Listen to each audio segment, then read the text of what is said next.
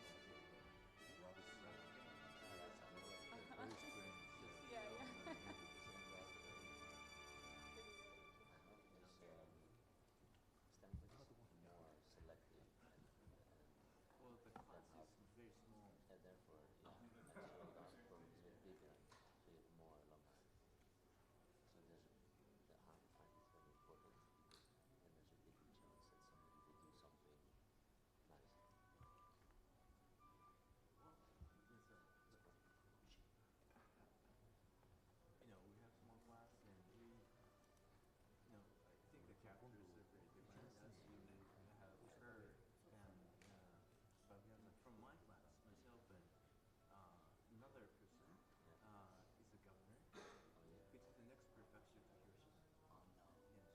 Yes, it's from the same class.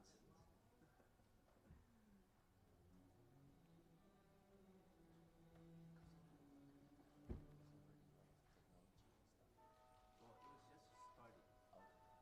So people are still, going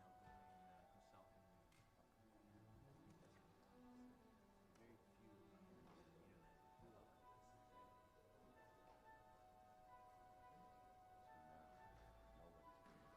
Yeah, everybody wants to, go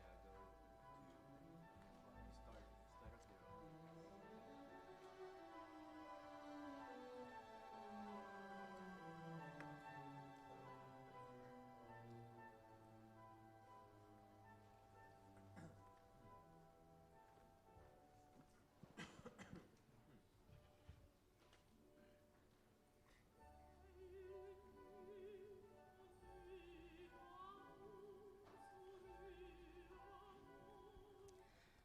Ladies and gentlemen, good afternoon. Welcome to this session, which is Can Good Health Generate Money? My name is Kaori Ida. I'm the senior editor of the Economics News Division at NHK Public Television here in Tokyo.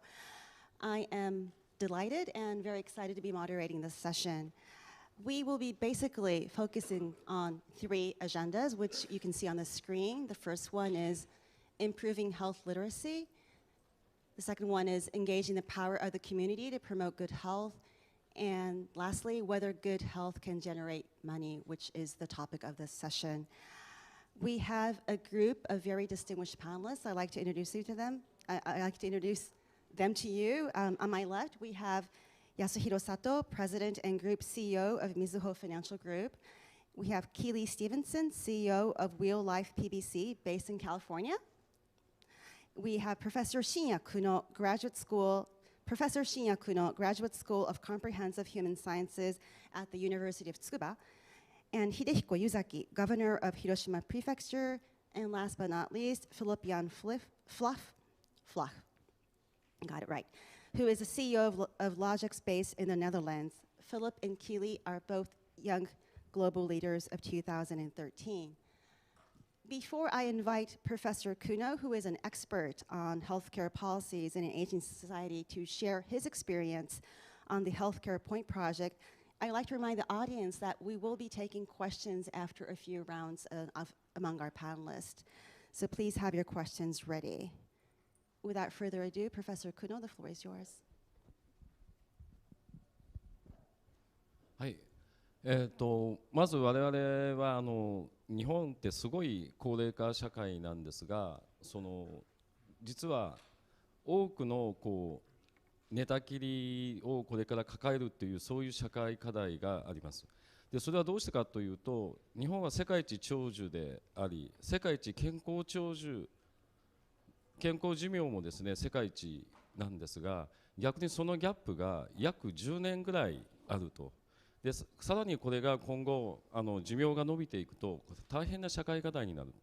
でこれを解決するのにスポーツ運動が非常に効果があるというエビデンスがもういっぱい世界中に出ているんですが、実は残念ながら日本でこれをスポーツ運動必要なことをやられている方は約3割というデータが出ていて、7割が無関心層というふうに我々、ある面レッテル貼りをしています。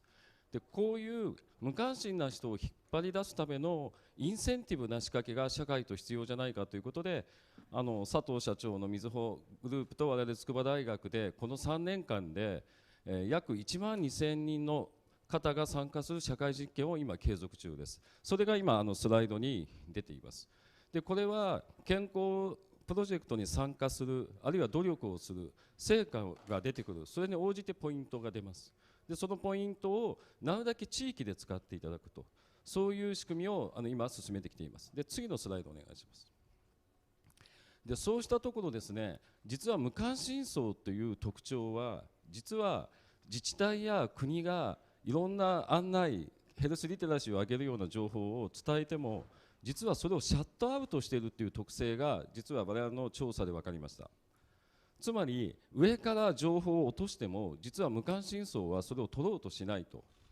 ではどうしたらいいかということは、それは地域コミュニティでフラットな関係でこういう口コミでつなげる、広げていくしかないんじゃないかという戦略で、この社会実験一緒にやりました全国の6市と口コミ戦略でやったところ、実は今回1万2000人参加者のうちの 42%、第1位が口コミの情報で参加を決めたと。で第2位が自治体からの候補市で参加を決めた、それが 17% ですから、実はこの口コミ力、地域の力というものが実はこの健康課題を解決していくのには非常に重要だというエビデンスが出てきています。で次お願いします。そうですね。でということで、実は今我々のデータでは医療費の削減効果が実は出てきています。今我が国は非常に社会保障の維持というのが高齢化で大きな課題になっていますが、6市全体で1年あたり約5億円という医療費が削減できたというデータが今出ました。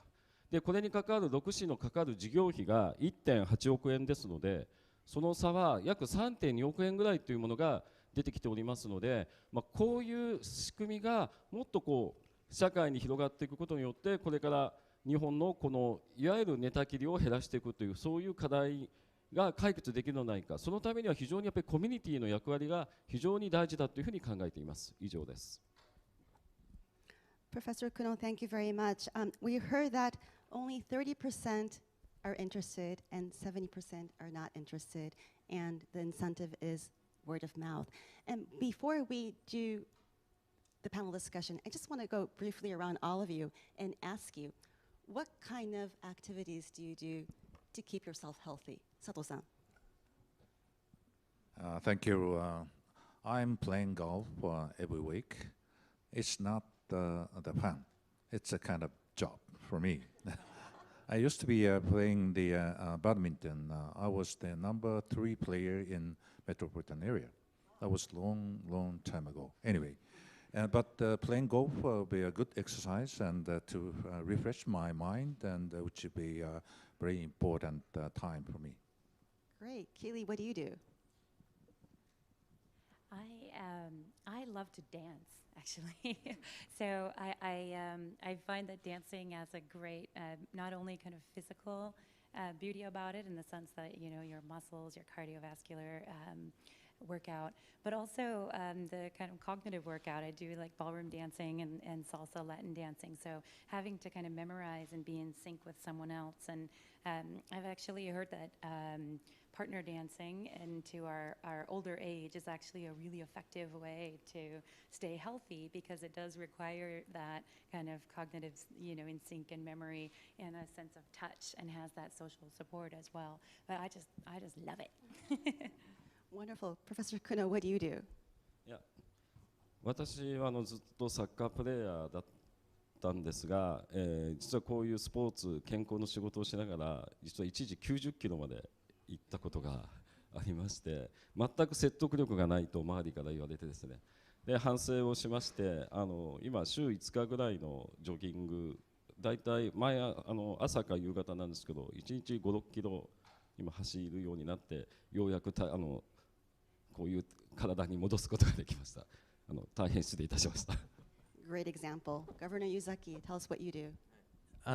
だいたい週2日はジムに行くことにしていまして、でプラスですね、できるだけ週末に、もう走るか、それか自転車に乗るかっていうのをやってますけど、時々激しすぎてですね、今股関節痛めて走れなくなっちゃうんです。かえって不健康になっちゃう。そこは多分私、得意なので、後で知事にちゃんと教えます。Philipp, tell us what you do. So I try to do typical Dutch things. So first of all, I go to work every day on my bike. So we do a lot of cycling in the Netherlands. And secondly, I do speed ice skating. And so we're probably the only country who does that. And therefore, we always win all the medals at the Olympic Games as well. So you're an athlete. Not really. Just from fairness, I play golf like Sato-san, and I also go to the gym. So that's me. So I'll ask the first question to Philipp. You run a company that promotes effective hospital management using medical data. Tell us what your takeaway was from Professor Kuno's presentation, and from your vantage point, tell us how can health literacy be improved? Yeah, so thanks first of all for being here. I think it's a wonderful place. Tokyo is great, and I think it's also a very important subject that we're touching upon today.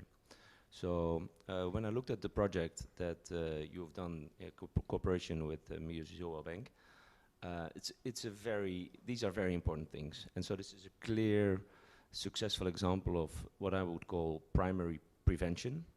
And therefore I want to also change then also a little bit towards secondary prevention. Because if you, the benefits, sort of some of the problems with primary prevention are, who are you going to target? That's a difficult question always. And how to capture the benefits, both the health benefits, but also the cost or cost savings or revenue benefits. And so by introducing also more measures and projects on secondary prevention, you don't have these downsides. So for instance, if you look at a community of people who have a chronic illness or who are overweight, for instance, you have more easily a group that you can identify. And if you then do programs with them, you can also more easily get the benefits, so capture the benefit. And I will give you one example.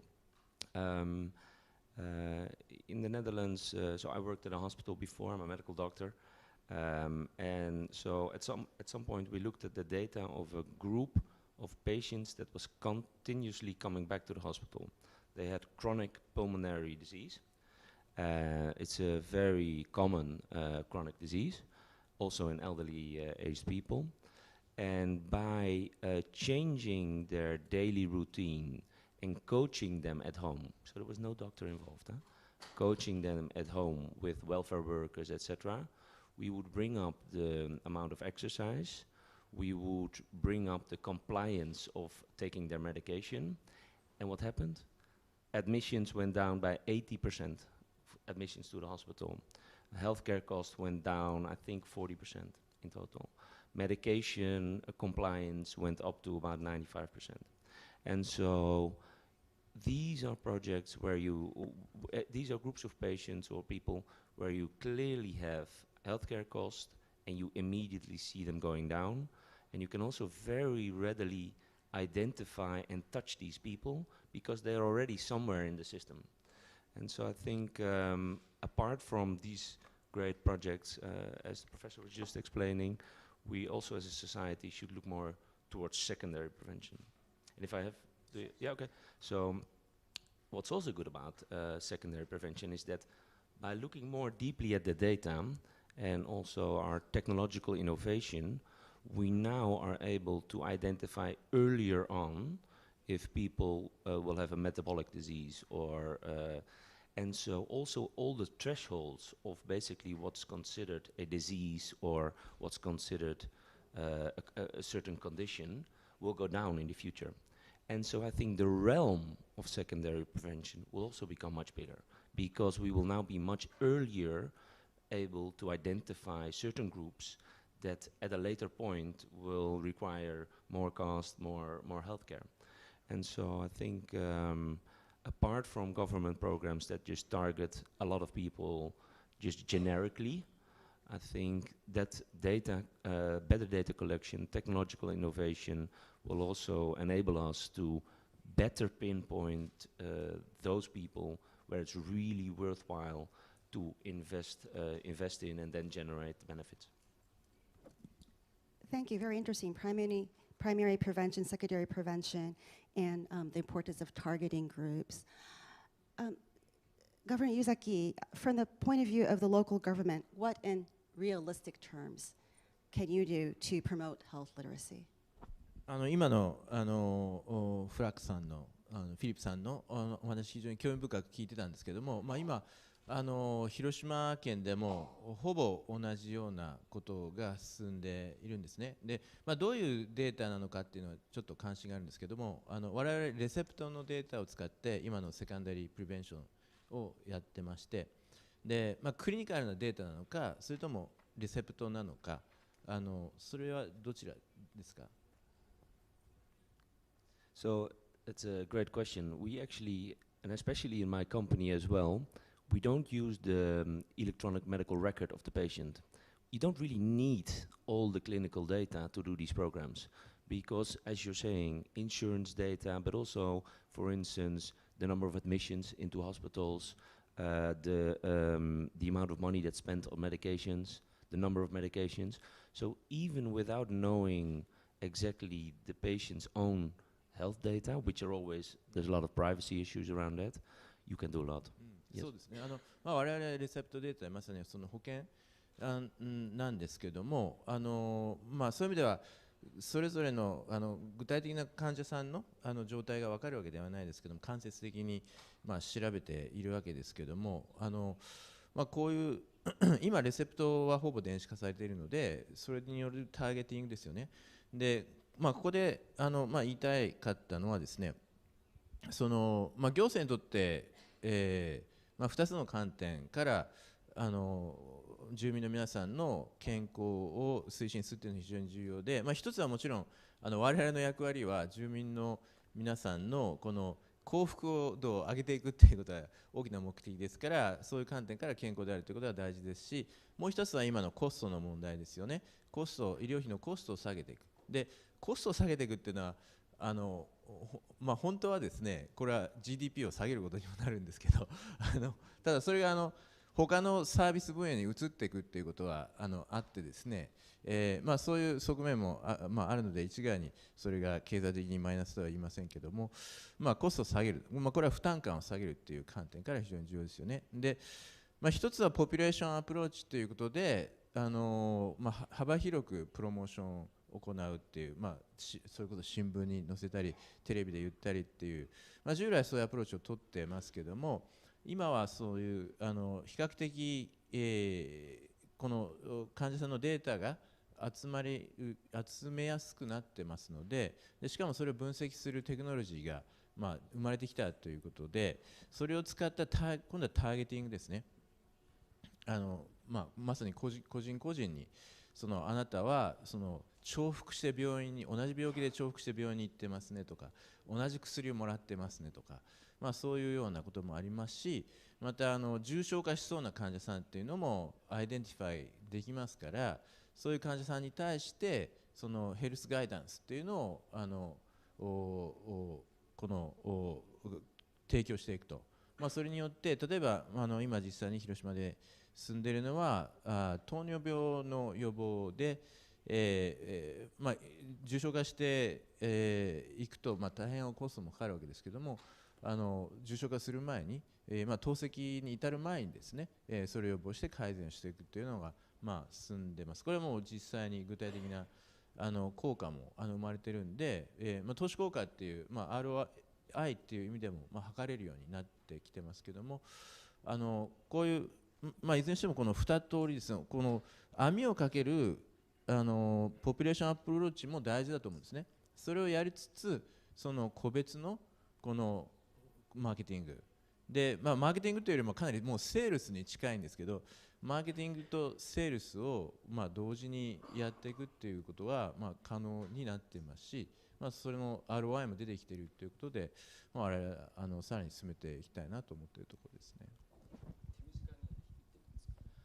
今知事がおっしゃった中で、多分リテラシーを上げていくそのポイントとして、少なくとも我々こういう公衆衛生の領域では、国民はこう健康のために例えば運動や食事の重要性は知っていると分かってるけど、できないのをどうするかということをずっと議論してきたんですが、実は我々が5000人の自治体でランダム調査をかけると、実は先ほど情報を取っていない層が約7割もいて、つまり行動を変えるだけの知識レベルに実はないんじゃないか、つまり分かってないんじゃないかという仮説が、つまりこれまでなかなか厚生労働省が健康にあれだけやっても変わらなかったというのは、実は本当に動かしたいそのターゲティングの層に実は情報が届かないので、我々行動を変えるということは、その情報で自分にとってメリットがあると認知してからしか行動を変えませんので、実は地域で情報が届けられる、その本当に届けたいところに届ける仕組みがないことが今の、少なくとも日本の課題じゃないかという認識をしています。Thank you for raising that point on the importance of information. I want to ask Keely, I understand you share information among caregivers and supporters through your community site. Was there a particular aha moment that you thought that, oh, I need to launch this site? Sure, thank you. First, let me say thank you for the panel and to the conveners and to Mizuho for hosting this. And I actually am very touched by the different examples that were shared. I think that Professor Kuno's the kind of underline there that it was word of mouth that really took on the power of engaging people and caring about their health and continuing to do so even beyond the incentives is probably the thing that's most powerful to me and aligns with me, as well as what the governor mentioned about happiness and well-being. And I think that, as individuals, we're quite motivated by those things, and my personal philosophy is that life doesn't have to be wonderful, or life doesn't have to be perfect to be wonderful. And so if we are looking for these kind of sources of joy and well-being, much of the time they're in our own relationships, and so our family, our friends, our community. And it's quite, if we analyze that, it's quite an opportunity. I think we have a surplus of care, essentially, if you think about the gaps that are described here in being able to pick up healthier habits or being able to have lowering significant medical costs. And so my inspiration to get into this type of work actually was also very personal and was very relationship oriented. I've spent many years in hospice volunteer work, and actually seeing the power at this end of life, the kind of dying process for people, how powerful just some very simple things can be, whether that's having a visit with someone or someone having a walk with their friends or just having that social support. I also had been looking at all these amazing advancements in telemedicine and genetics, and really excited about longevity and the technological aspects, some of the latest sort of research in neuroscience. And then actually I had friends who had a stroke at a very early age, and my mom had a hip replacement surgery. Another friend had multiple sclerosis and lost her mobility for a while. And I actually realized that even a person with lots of education, lots of resources, and I was overwhelmed and had no idea how to help. And so I was supporting by going to their homes to do laundry or to, sort of pick up the drugs at the store, and I found that actually it's this sense of the day-to-day, the loss of normalcy, that is extremely powerful in both the healing process, but also in lowering costs. And so my co-founder is a pharmacist, and she is running an infusion center. So we analyzed what happens if someone doesn't have a ride to the doctor that day, or translation services, or didn't eat well that day. And the fact is, the best incentivized people to do that are the people that care, and that's actually usually a free resource. And yet, on the impact on the cost to the medical system when those things happen are huge. Drug treatment protocols start over. You've got doctors and nurses and everyone picking up the phone, trying to call a taxi, which is also an inefficient, way of being. And so my company, Weal Life, Weal means health, happiness, and well-being, is all focused on making sure that the caregiver, a family, a friend who's providing support during these times, actually can delegate and identify what needs to be done during these times for the day-to-day, all the non-medical needs, and bring in people from their trusted network and neighbors and others to help that person through that process over time. And so I think it links very deeply with this sort of what the outcomes of the study actually showed, and the experiment showed, that our incentives to get involved actually are because we care about that person, but our lives are actually quite overwhelming sometimes. The other thing that inspired me to continue answering your question was that as I looked much deeper, I saw that the family caregivers actually have a 70% likelihood of having clinical depression.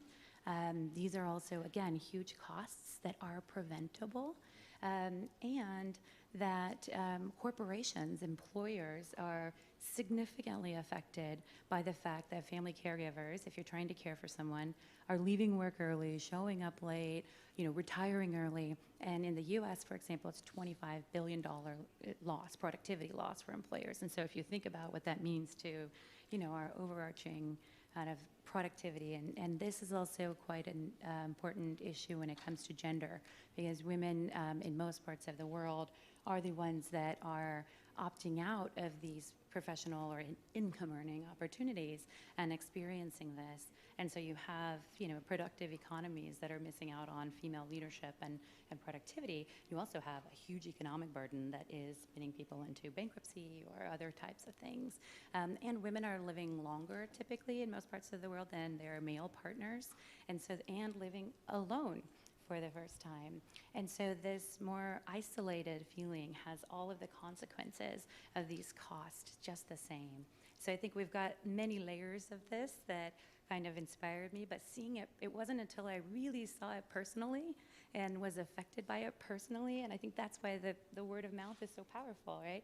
Is that, I think that the business that we're building actually is a business built on love. It's a business that is built on the idea that joy comes from these relationships around us, and actually, productive economies do the same.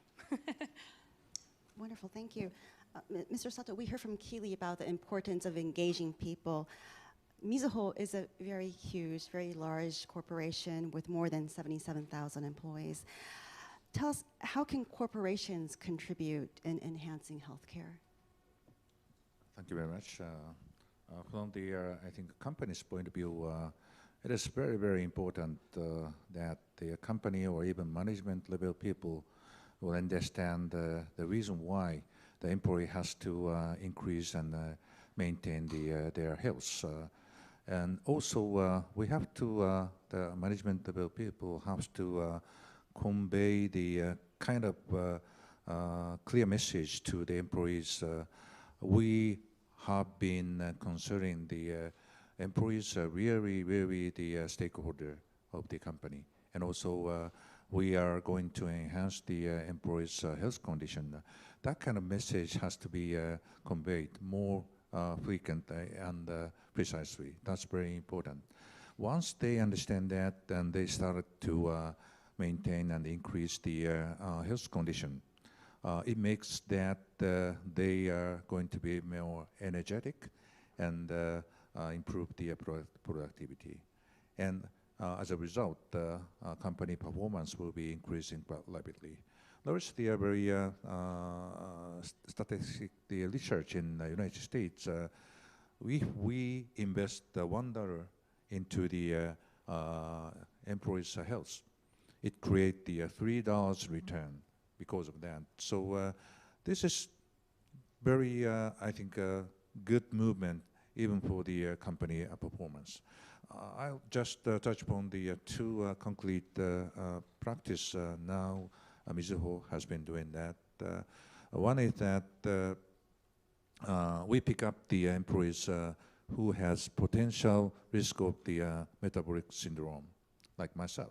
And we send the nutritionist to these people to check their health condition and gathering data of the exercise, gathering data of the meal taken, given, and also some health condition as well.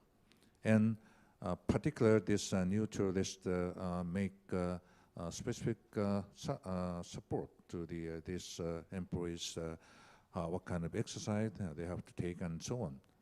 And that's a good, I think, result we'll be able to achieve to enhance the health literacy. And actually, the employees who can get the better result from this guidance will be able to get a point, like Professor Kuno has been doing on the project, and they can transfer this corporate point to buy health-related products like blood pressure machine and so on.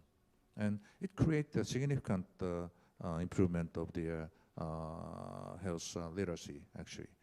And the second one is that long-term working is the serious problems in Japan.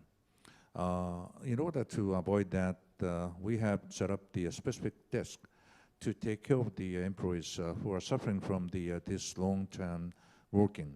This is a kind of the advertising desk or kind of thing to listen to their problems and listen to their condition and to give the advice to them.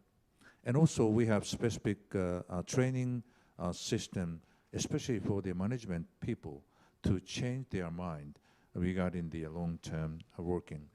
These kind of the in-house company practice will be very, very, I think, useful to create the improvement of the health literacy.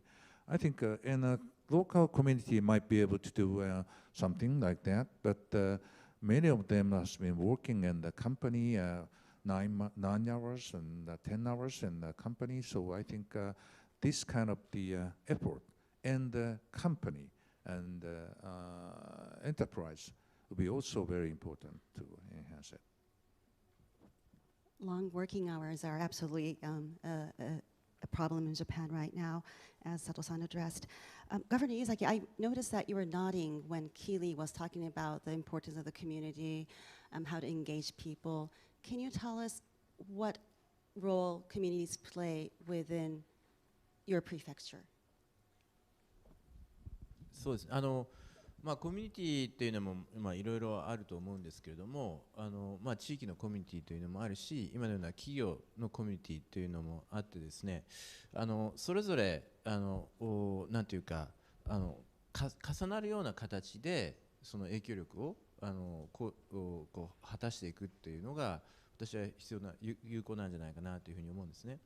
例えば今のこの前のトピックの話にもつながることですけれども、アウェアネスという点でですね、例えば日本の場合にその一定のいわゆる被扶養者という層がいて、働いてない人たちがいて、で例えばこういう人たちが検診を受けるとかっていうのが非常に大きな課題になってるんですね。で企業の場合にはその会社でもうがん検診にしてもその特定検診にしても行うので、企業コミュニティでは結構それが進んでいくと。他方その被扶養者の方はそれが十分でないので、そのあまり受けないっていうようなこともあったりして、で今これ我々が進めているのはこの企業コミュニティからこの被扶養者にアプローチをしていくっていうですね、こっちのコミュニティからその外の被扶養者の皆さんにアプローチしていくっていうこともやってますし、また逆にその、地域のコミュニティっていうところでこれもやはり検診関連で我々進めてますけれども、先ほどのこの全体にこうアプローチしていくポピュレーションアプローチに加えて、やっぱり個別にその市や町がはがきを送ったり、あるいは電話をかけたりですね、直接その個人にアプローチをしていくっていうようなやり方をして、で検診に来てもらうっていうようなことも進めたりしてます。そういうこのどこのコミュニティに影響されるか、どういうこのチャンネルに影響されるかっていうのがやっぱり人によっていろいろ違うので、そういう複数チャンネルをね使うということはあると思います。それから今の口コミっていうことに関しては、例えばやはり一つのこのなんていうんですかね、このみんなでやると楽しいっていう部分があって、友達っていうコミュニティですよね。これはまた地域ともまた違うかもしれませんけども、それを活用するっていうのもあって、実際に進んでいるのは、例えば私もそうですけども、走ったり自転車乗ったりするのにソフトウェアを使うじゃないですか、スマホの。そうするとそこにコミュニティがもうあったりとか、あるいは Facebook が活用できるようになっていて、同じように走ったりとか自転車乗る人たちがどれぐらいの今週は何キロ走りましたかとか、何分で走りましたかみたいなのを共有をして、でその中で競争していくみたいなね、ゲーミングとか、あるいはピアプレッシャーとかね、そういうのを使ってやっていくっていうのも効果的だと思いますし、いずれにしてもそういういろんなねこのレイヤーでそういうことをやっていくのがいいんじゃないかなと思いますけどね。Philipp, there was some conversation on data collecting. Can you talk about data collecting, because it could be a sensitive issue, and how do you optimize the power of the community and also utilize the data? Thank you. Yeah, so the data, I think we all recognize, I think, that if you look at the data in the right way, you can find these places where there's huge spillover of money or ineffective use of medication, etc. However, as we mentioned before, I think a lot of the data are still in the medical hands or in the patient's hands. And I see actually 3 things that need to happen for that. So first, and I can say this because I'm a doctor, I think the doctor's monopoly on healthcare, we should try to break through that. So like they used to say that war is too important to leave to the generals, healthcare is too important to leave to the doctors. And so the incentives of doctors in the Netherlands, and I guess maybe also in Japan, are not always right, because they get their income from treating patients. And so if you give a carpenter a hammer, every problem will look like a nail, right? Because the only thing he can use is a hammer. And so a doctor, his bias will be on treating, because that's the way he makes money. And so I think we should break through the monopoly of doctors to be the most important professional in healthcare. I think as we democratize medical knowledge, so medical knowledge is more going to be in computers, in technological devices. The democratization will lead that the patient in the end will know more of his own condition than a doctor, because he knows how one medication will affect him or her, rather than the doctor, who will know in generic terms what that medicine will do. And so that's one thing. I think it will shift towards the people themselves and to coaches, nurses, health workers, welfare workers, who will help people take care of their own health in the community.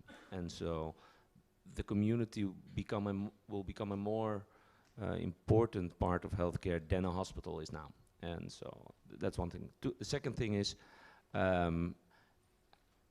at some point people will understand that they will be the only owners of their own health data, but they will start sharing it, I'm sure, with, for instance, a friend or their mother or their son, and then with a small community of healthcare workers or welfare workers, I think there should be an opening up of those data. And I think it will happen. Because what will happen is then, for instance, an elderly lady will say, okay, so I don't feel well today, and then the welfare worker can look into the record, and it will not only be medical data, it will also be what did you eat and what did you do yesterday. And so with that person can create the best solution rather than go to the doctor immediately. And so I think opening up of data in the personal realm is a very important part. And then third, I think, and I'm glad that the governor mentioned this, I think we can do so much more with the data that's available already. And so employers play a large part, insurers can play a large part, but also I think we could ask for more data of patients that they are willing to give. And so I think with creating programs on exercise, with creating programs on medication use, etc., we can sort of make sure that we get more data of those people and then create the programs that are necessary. So, and on one last point, I think I estimated once for the Netherlands that if we take out only the care that's just superfluous, so for instance, too much medication or too many admissions, I think the cost saving for the total healthcare cost of the Netherlands will be 30%, I think. So just extrapolating that to Japan, I mean, might not be exactly the same, but there's huge savings to be gained. Mr. Sato, sticking to the agenda of community power, what role does the private sector play in this context? I think it's better to introduce the case and Mizuho. Namely, there are two types of the community practices. One is that in-house community, and the other one is the out-of-house community. Let me start from the sort of in-house community. I think, as you know, in Japan, I think caregiving is a very, very serious issue because of the number of the aging person and also low healthcare support and so on. So having said that, even in Mizuho, we have to take care of the employees who are going to be a caregiver. And they are suffering from this caregiving so seriously. So we have been taking the concrete action. One is that extend the period of the family care leave from currently 1 year, but it's going to be a 2-year term. So the employee can leave the job for 2 years if they have suffered from the caregiving situation. That's a kind of very advanced, I think, condition for the employees. And the second one is that post-change. If the employee wants to take care of their parents, for instance, in Shinjuku area, but the office is in metropolitan area rather than center of the Tokyo metropolitan, that's very inconvenient. So then the employee requests us to change the branch or change the place to work. We accept it. We transfer his or her job to center of the metropolitan to the Shinjuku area. It's very convenient to take care of their parents and family. That's the second, I think, action we have been taking. And thirdly, in Mizuho, we have set up the specific the community, in-house community, which is the taking care of the all employees who has problems in caregiving. So discuss each other to create the some mutual support and so on, which has been successfully conducted now. So kind of mutual support among the employees has been strengthened the employees' relationship, and as a result, to be able to create the more better performance. That's one example, in-house community. And one example from the out-of-house community, we set up the specific strategy which is called One Area One Mizuho strategy. Mizuho has more than 800 branches domestically. So these branches has been involved in the local community.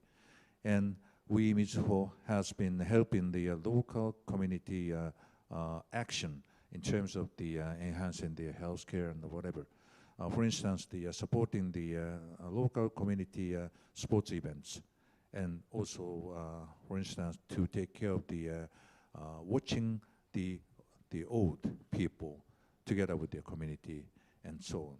That kind of the so community action has been quite useful to have strong position in that community for Mizuho, which is very, I think, useful for taking the business in that community. So having said that, in-house side and out-of-house side, as a member of the community, as a financial institution, we'll be able to do many concrete action, even for the future, I believe. At this point, I'd like to open the floor to questions. We heard from the panelists on the importance of health literacy and also the power of the community. Please raise your hand if you have any questions in either Japanese or in English. And please wait for the microphone because we have simultaneous interpretation.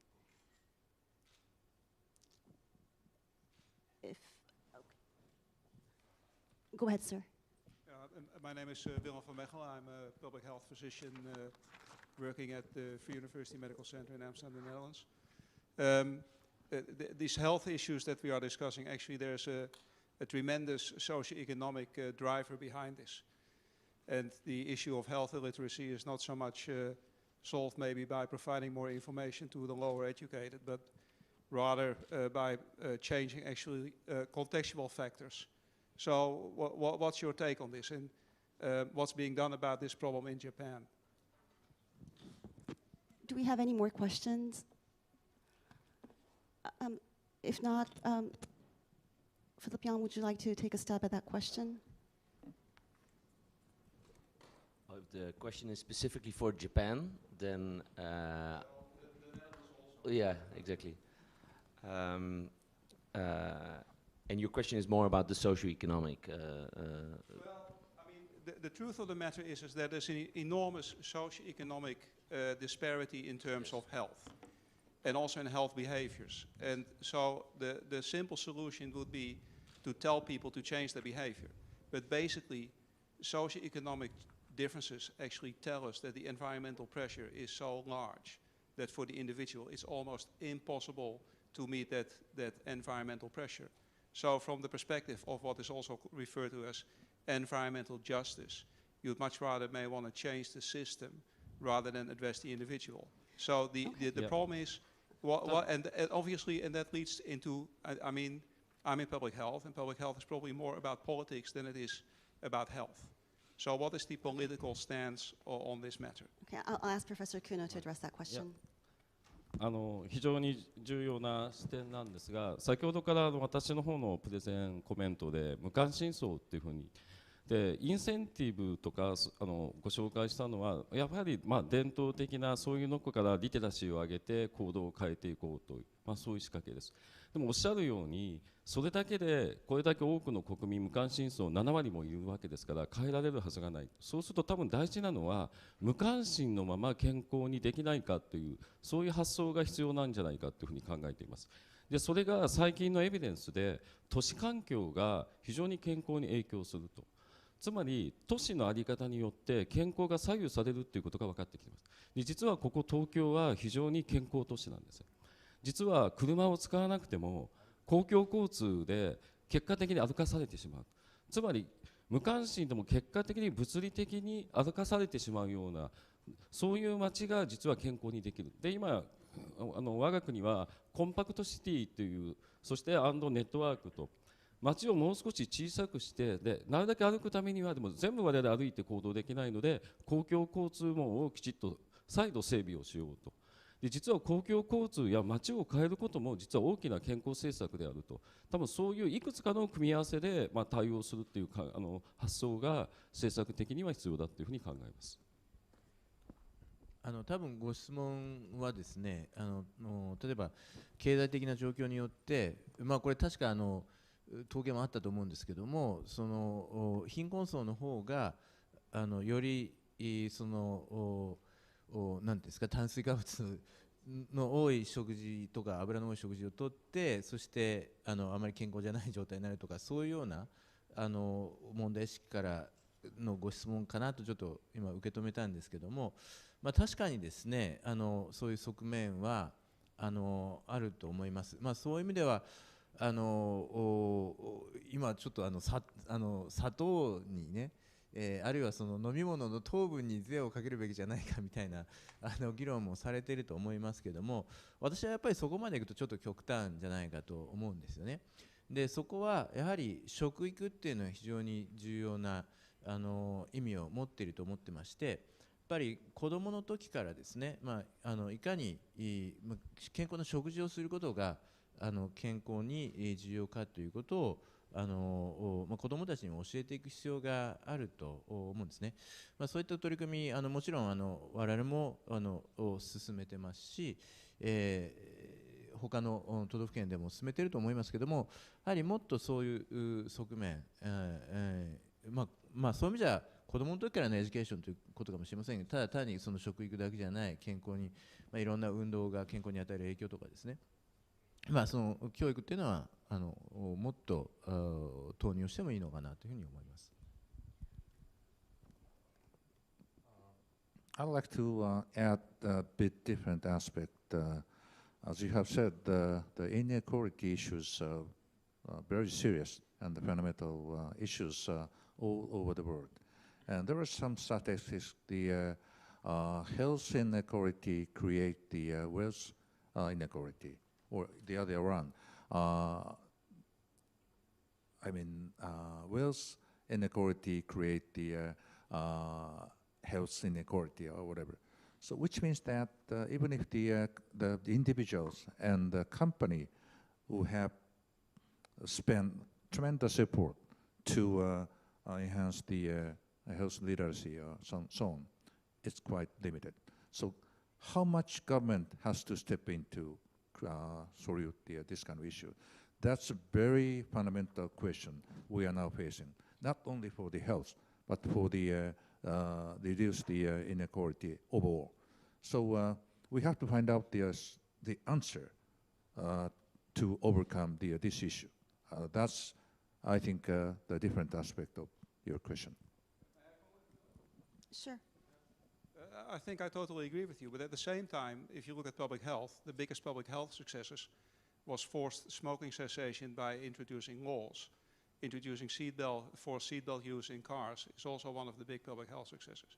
So, I mean, it's not so far-fetched that if it comes to healthy lifestyles, you may want to make a next step. And I'm not necessarily saying that government should intervene with public-private or with private individuals' life. But at the same time, like you've rightfully said, if you increase parking pressure, we've done studies in Amsterdam, if you increase parking pressure, which is a very unpopular political standpoint, you see that it's associated with lower body mass index and more physical activity behavior.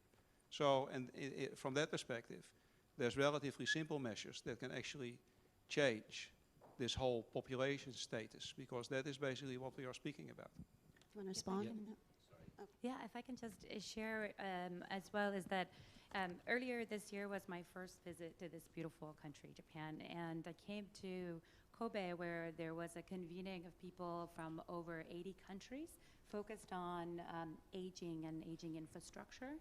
And what I took away from that actually was, of all of the countries, whether they were very well developed or not, the next phase of poverty is essentially the manifestation of our basic inability to build the infrastructure to address exactly what we've been talking about here. And I actually think that the infrastructure, these pieces, are great examples of where caregivers and supporting caregivers allows us to build on what we know about human beings and human behavior. It's not necessarily about changing behavior. It's about building on what we know about ourselves already in meaningful ways and using that like the social support context. So I think actually I almost wanted to stand up and give you an applause earlier when I heard 2 years of leave for caregivers is phenomenal. That's an amazing leadership. These are the kind of examples then that lead to what tools do people have when they're taking those 2 years out that then demonstrate what are the ways in which the community and individuals who are caregiving for their parents or others start to augment all of the gaps in the system, right? And it gets back to the context of data. And as healthcare has moved to the home, because more technologies and more efficiencies, we actually have this great opportunity. So, you know, we're all living longer, less people are having children, so there's not as many people to take care of us when we're getting older. So we have to get more efficient. And now that it's more in the home, we don't have the same information we did before. But our caregivers, our family, our friends, and others actually do. So leveraging the ability to listen to that from a data perspective and recognize the patterns. And I don't mean necessarily the patterns of the, like, you know, medical information or direct physiological information. I mean more of the social context.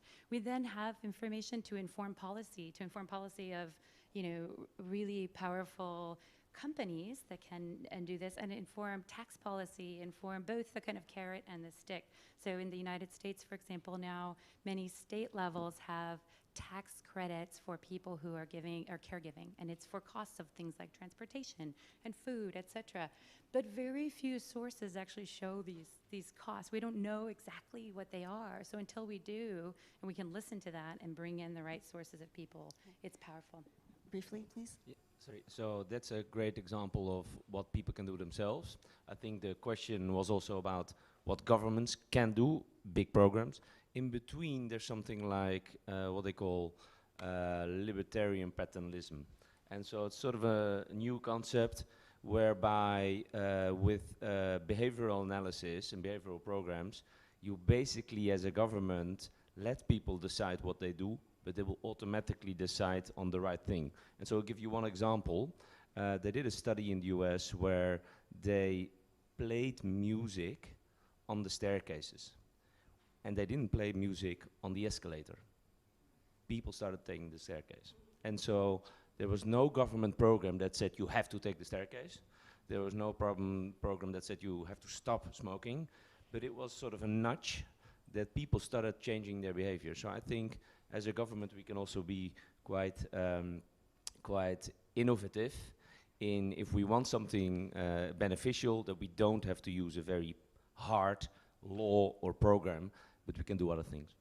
Thank you. I'm running against the clock, so I'd like to move to the last agenda, which is can good health generate money? And I wanted to ask Governor Yuzaki and Mr. Sato to address this question. Governor Yuzaki, in the context of whether good health can generate money, how do you see the private and public cooperation changing the landscape of the healthcare field?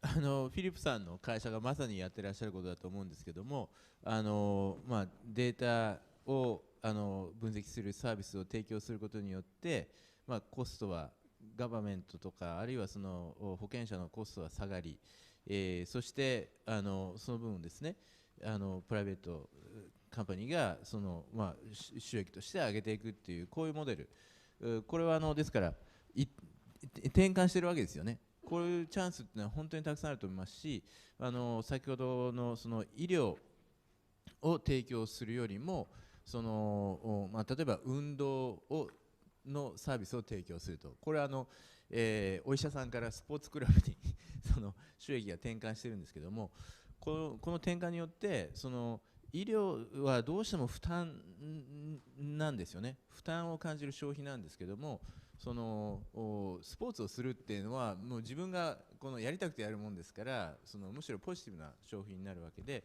そこでまた収益を上げることができると。私アルゼンチンにですね、この間去年行ったんですけども、そこブエノスアイレスですごい光景を見て、それは公園という公園で10人ぐらいのグループがですね、なんかいろんなトレーニングやってるんですよ。サーキットトレーニングやったりとか、あとエアロビクスみたいなのをやってる人とか、いろんなパターンがあるんですけど、それは多分そういうこのスポーツクラブの人たちがそういうサービスを提供してるんですね。それは多分すごい健康に良くて、でみんなも満足して、そしてお金を払ってですね、いるということで、違うその切り口から見たら本当に健康になるということからですね、生まれる収益ないしは医療費という形で生まれているものを転換するということでですね、非常に大きな収益機会はあると思いますね。お医者さんは抵抗するんですけど。Thank you. Last word from Mr. Sato. 日本語でやらせていただきますけども、2つ具体的な例を申し上げたいと思うんですけども、1つは、ソーシャルインパクトボンドといわれる新しい金融形態です。これは欧米ではいくつか具体的な例がすでにありますけども、日本ではまだ始まったばかしのファイナンスのスタイルですけれども、社会的な課題を解決するために、お金をですね、個人あるいは企業から集めるわけですけれども、その個人や企業は基本的にはその高いリターンを求めるというよりは、リターンはリーズナブルリターンでいいんですけれども、自分自身が社会的な問題の解決に関与したい、そういう人たちが世の中にはたくさんいて、そういう人たちからお金を集めるわけですね。でそのボンドで集めるわけです。その集めたお金で、例えば県とかあるいは市とか国がそれを、お金を使っていろんなプロジェクトを推進すると。でそのボンドのリターンっていうのは、そのお金を使ったプロジェクトで得た利益からもちろん金利、そのデビデントを払うわけですけれども、その、例えば健康ということで申し上げれば、もうすでに例がありますけれども、そのプロジェクトが地域の住民の健康改善のためのプロジェクトだとした場合には、そのリターンというものは、そこの住民が健康になることによってそのコミュニティの医療費が削減されるということ、その削減のレベルが10であれば、そのうちの1とか2をデビデントでボンドのホルダーに返すという仕組み、なわけですね。このソーシャルインパクトボンドというのは、そういう意味では、グッドヘルスがマネーをジェネレートするという意味でもあるわけですけれども、人間の持っている基本的な社会にコントリビュートしたいという気持ちと、そこそこのリターンはやっぱ欲しいんだということがミックスされたプロジェクトでありまして、みずほもですね、今糖尿病の患者さんの、プロジェクトでそういうことができないかということを今検討しているところです。でもう一つはですね、フィンテックレンディングの世界ですけれども、みずほはこの度、個人のお客様に対するスモールレンディングのビジネスを新しく、会社を設立することを発表しましたけれども、これはビッグデータと AI を使ってやるビジネスです。AI がですね、すべての、キャンディデートといいますか、アプリカントの、信用をAI が判断して貸せるか貸せないかの判断をしますので、これやってみると分かるんですが、銀行が貸せるか貸せないかという判断をしていたことよりも AI が判断すると、その人の個人情報とビヘイビアまで含めて考えますので、より広いレンジの人にお金を貸すことができることが分かっていて、これ次のアクションとしては、これにですね、その個人の健康データを入れることによって、さらにより広い人、そしてまたさらにより良い条件でお金を貸すことができるということになると思います。ここ2つポイントがあってですね、1つはこういうビジネスをですね展開していくと、どうしても出てくる、壁はプライバシーです。ただこのモデルの優れていることは、ボランタリーにユーザーが自分の個人情報を出すことによって、より低い金利、より多くの金額を手に入れるっていうことができると。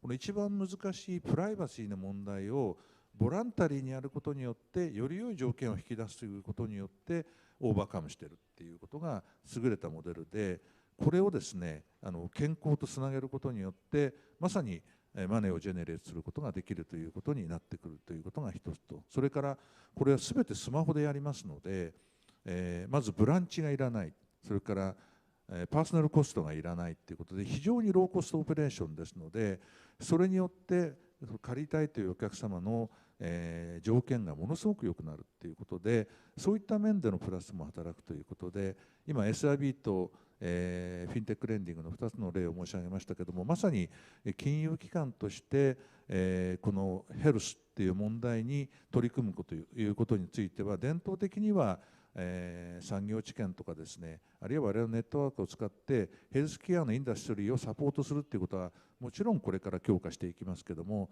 テクノロジーとかですね、そうした新しいアイデアを使ってマネーをジェネレートしていくっていうことはむしろこれからグローイングエリアであるというふうに考えるべきだと思っています。Thank you. I hope today's discussion stimulates your curiosity, and I hope you continue this conversation and maybe exercise this weekend. Thank you, and thank you. Please join me in thanking the panel.